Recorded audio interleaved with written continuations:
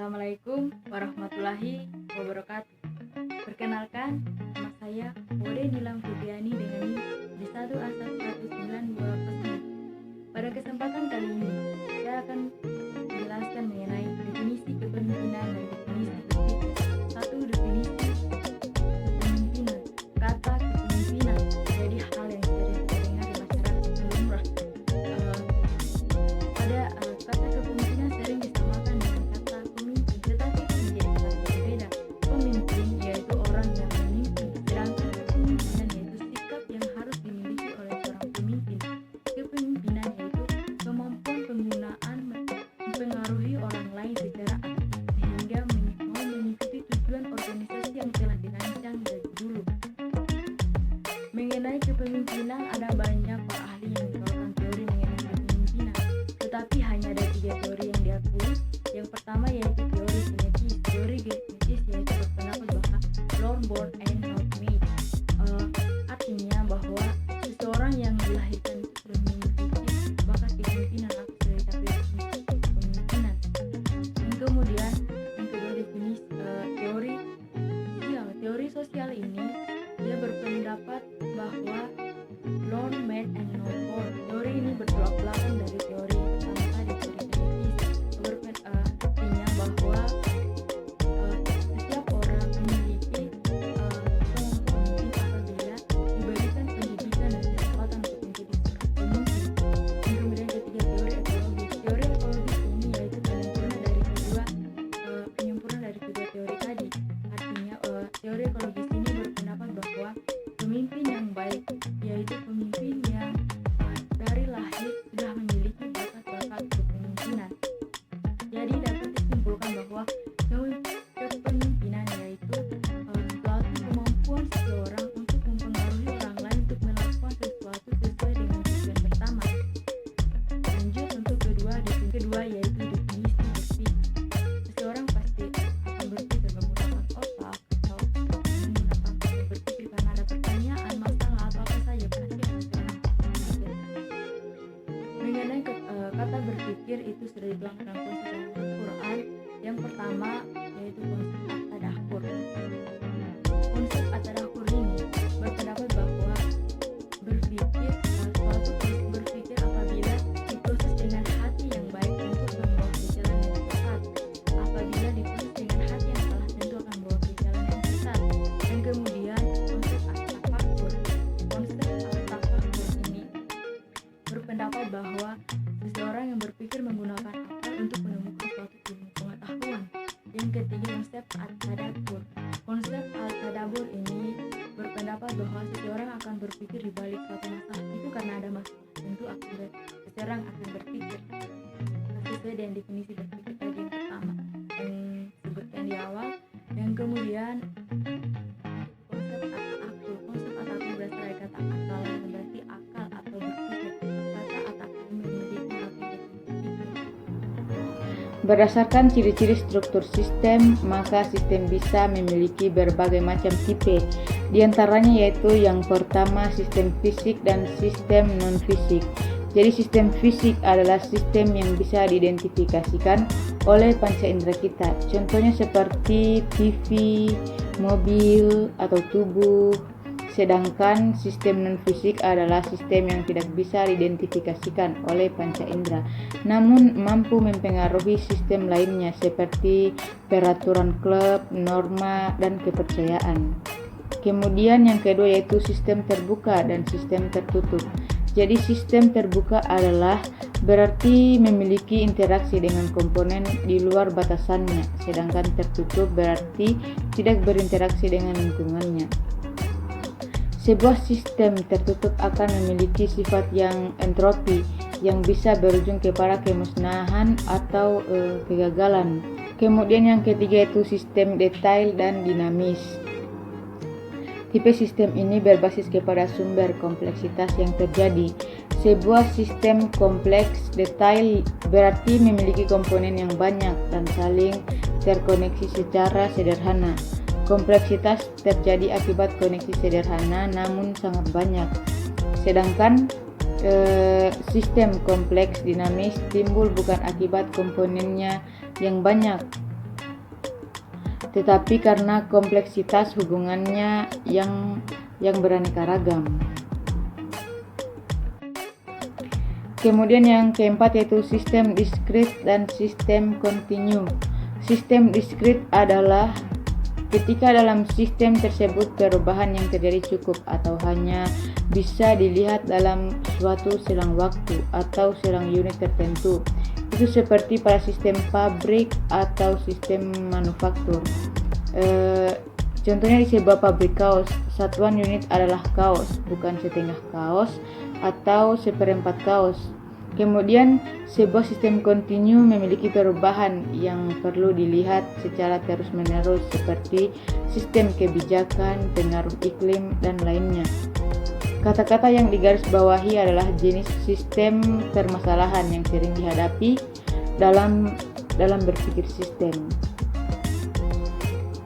Itulah pemaparan penjelasan dari saya.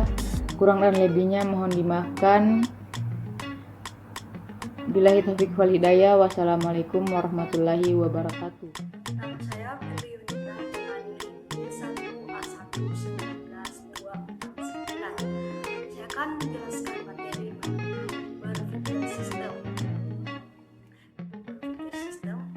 Jadi, berpikir sistem ini didefinisikan sebagai keahlian berpikir untuk melihat struktur umpan balik sebab akibat pada elemen-elemen sistem permasalahan sebagai dimensi konseptual yang bisa mengubah ciri holistik dari sistem dengan sebuah proses yang interaktif dan interaktif untuk membangun, memodifikasi, dan meningkatkan kualitas struktur internal pikiran atau model mental melalui serangkaian pertanyaan dialogis reflektif yang berbasis pada ciri-ciri sistem sebagai alat penentunya. Selanjutnya, dari definisi berpikir sistem terdapat 5 kalimat kunci. Yang pertama, keahlian berpikir untuk melihat struktur umpan balik sebab akibat pada elemen-elemen sistem permasalahan. Keahlian berpikir memberikan pemahaman bahwa berpikir menjadi sebuah keahlian yang bisa dilatih sehingga tidak ada alasan untuk tidak bisa mengubahnya. Sebagai sebuah keahlian, maka diperlukan jumlah latihan yang cukup untuk membuatnya menjadi sebuah kebiasaan yang kita otomatis lakukan setiap kali memandang sebuah permasalahan. Selanjutnya, yang kedua, dalam berbagai dimensi konseptual yang bisa membuat ciri holistik dari sistem. Struktur umpan balik yang ingin dipahami harus dipahami dalam konteksnya dengan tetap, tidak terjebak dari aspek detail saja, namun juga memperhatikan aspek umum yang berkembang dari interaksi dari aspek detail. Penjelasan ini secara tidak langsung meminta kita untuk mendefinisikan masalah secara baik, sehingga dalam klasifikasi ini sistem, maka hal ini adalah aksi holistik, multidimensi, tujuan, dan batasan. Yang ketiga, dengan sebuah proses interaktif dan interaktif. Salah satu konsekuensi logis dari pencarian struktur, konteks, dan pendekatan holistik adalah sebuah proses yang tidak linear. Proses yang tidak linear dapat memiliki titik awal di mana saja, kembali ke mana saja, maju ke mana saja, dan jadi akhir di mana saja. Namun wajib untuk menyentuh sebuah titik. Interaktif berarti disarankan proses ini dilakukan berulang-ulang seiring dengan yang keempat, untuk membangun, memodifikasi, dan meningkatkan kualitas struktur internal pikiran atau model mental. Tujuan proses berpikir sistem adalah untuk menyiapkan diri kita ketika menghadapi permasalahan yang kompleks dengan baik dan lebih baik. Hal ini bisa kita lakukan dengan membangun dengan baik pula sebuah mental model baru ketika kita menghadapi masalah baru. Masalah yang sama bisa kita selesaikan dengan lebih baik dengan modifikasi dan meningkatkan kualitas mental model kita. Yang kelima atau yang terakhir, melalui serangkaian pertanyaan dialogis reflektif yang berbasis pada ciri-ciri sistem sebagai alat tentunya. Jika berpikir adalah mencari jawaban atas pertanyaan ke diri sendiri, maka untuk berpikir sistem perlu rangkaian pertanyaan yang berbasis pada ciri-ciri sistem. Jawaban-jawaban terhadap serangkaian pertanyaan inilah yang membantu kita mampu memahami permasalahan secara sistematis. Adapun istilah berpikir sistem dipopulerkan dalam White diklaim oleh Peter Senge di awal tahun 1990-an.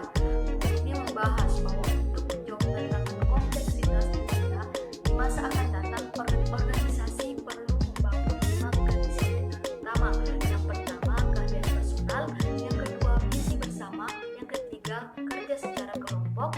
Yang keempat, model mental. Dan yang kelima, berpikir.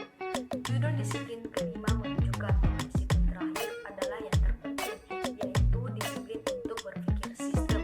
Di dalam buku ini, Sam berargumen pentingnya bagi individu dalam organisasi untuk melakukan metanoia atau shift of mind, perubahan pemikiran melalui penciptaan kembali diri kita melalui belajar tanpa henti dalam kerangka sistem. Baiklah, inilah materi yang sempat saya jelaskan. Materi selanjutnya akan dijelaskan oleh teman saya. Nama saya Wode Munariski dengan NIM J1A1-19204.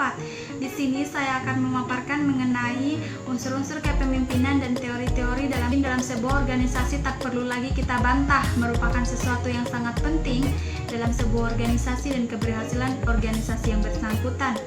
Kepemimpinan kita harus memiliki beberapa fungsi, di mana fungsi ini terdiri atas 2 bagian. Yang pertama adalah fungsi administrasi, yakni mengadakan administrasi dan menyediakan fasilitas. Kemudian yang kedua, fungsi top management, yakni mengadakan planning, controlling, organizing, commanding, dan staffing.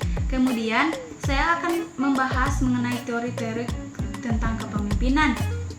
Nah, dalam suatu organisasi, seorang pemimpin harus memiliki referensi, yakni Neti Susianti dengan NIM J1A1-19237. Di sini saya akan menjelaskan mengenai teori kelompok. Pada umumnya, para pemimpin dalam setiap organisasi dapat diklasifikasikan menjadi 5 tipe utama. Pertama, tipe kepemimpinan otoratis, yaitu seorang pemimpin atau biasa disebut dengan manajer. Otoratis ini tidak memberikan wewenang pengambilan keputusan kepada bawahan. Pengambilan keputusan dengan gaya kepemimpinan otoratis ini biasanya tidak melakukan konsultasi atau mendengarkan gagasan dari bawahan terlebih dahulu. Kedua, tipe kepemimpinan militaritis. Tipe kepemimpinan ini memiliki disiplin yang sangat tinggi dan biasanya menyukai hal-hal yang sangat formal. Kedua, tipe kepemimpinan paternalistik. Tipe kepemimpinan ini memiliki sifat kebapakan.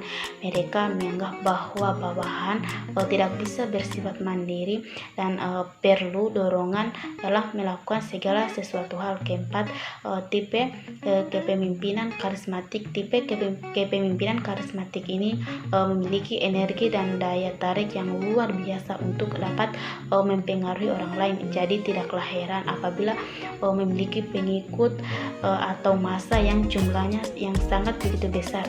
Kelima, tipe kepemimpinan demokratis. Tipe kepemimpinan ini kebalikan dari tipe kepemimpinan otoratis. Di sini pemimpin ikut berbaur dan berada di tengah-tengah anggotanya. Hubungan yang begitu tercipta juga tidaklah kaku seperti contohnya majikan dengan bawahannya. Saya akan melanjutkan materi selanjutnya, yaitu 4 gaya kepemimpinan.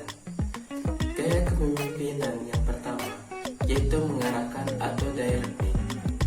Gaya kepemimpinan yang mengarahkan merupakan respon kepemimpinan yang perlu dilakukan oleh manajer pada kondisi karyawan lemah dalam kemampuan, minat, dan komitmennya. Sementara itu, organisasi menghendaki penyelesaian tugas-tugas yang tinggi. Dalam situasi seperti ini, Hersey and Blanchard menyarankan agar manajer memainkan peran direktif yang tinggi, memberi saran bagaimana menyelesaikan tugas-tugas itu dengan serius dan terus intens berhubungan sosial dan komunikasi dengan bawahannya. Pertama, pemimpin harus mencari tahu mengapa orang tersebut tidak termotivasi, kemudian mencari tahu di mana keterbatasannya. Dengan demikian, pemimpin harus memberi arahan dalam penyelesaian tugas dengan terus menumbuhkan motivasi dan optimismenya. Yang kedua, melatih atau coaching. Pada kondisi karyawan menghadapi kesulitan menyelesaikan tugas-tugas, takut untuk mencoba melakukannya, manajer juga harus memproporsikan struktur tugas sesuai kemampuan dan tanggung jawab karyawan. Oleh karena itu, pemimpin hendaknya menghabiskan waktu untuk mendengarkan dan menasihati dan membantu karyawan untuk memperoleh keterampilan yang diperlukan melalui metode pembinaan. Yang ketiga yaitu gaya kepemimpinan demokrasi atau subordinate. Anggota memiliki peranan yang lebih besar. Pada kepemimpinan ini, seorang pemimpin hanya menunjukkan sasaran yang ingin dicapai saja. Dan cara untuk mencapai sasaran tersebut, anggota yang menentukan. Selain itu, anggota juga diberi keleluasan untuk menyelesaikan masalah yang dihadapinya. Keempat, gaya kepemimpinan kendali bebas atau delegating merupakan model kepemimpinan yang paling dinamis. Pada gaya kepemimpinan ini, seorang pemimpin hanya menunjukkan sasaran utama yang ingin dicapai saja. Tiap divisi atau seksi diberi kepercayaan penuh untuk menentukan sasaran minor, cara untuk mencapai sasaran, dan untuk menyelesaikan masalah yang dihadapinya sendiri-sendiri. Dengan demikian, pemimpin hanya berperan sebagai pemantau saja. Kemudian materi yang selanjutnya yaitu sistem pemikiran dan pemodelan dalam pemodelan kesehatan masyarakat. Pemimpin sistem adalah konsep umum orientasi berkaitan dengan hubungan timbal balik antara bagian dan hubungan mereka keseluruhan yang berfungsi. Sering dipahami di dalam konteks keseluruhan yang lebih besar. Sistem permodelan adalah tradisi metodologis, itu melibatkan penggunaan model atau simulasi formal sebagai alat bantu eksplisit untuk meningkatkan pemahaman kita sistem yang kompleks dan meningkatkan efektivitas tindakan kami di dalamnya. Sekian dari saya, terima kasih. Wassalamualaikum warahmatullahi wabarakatuh.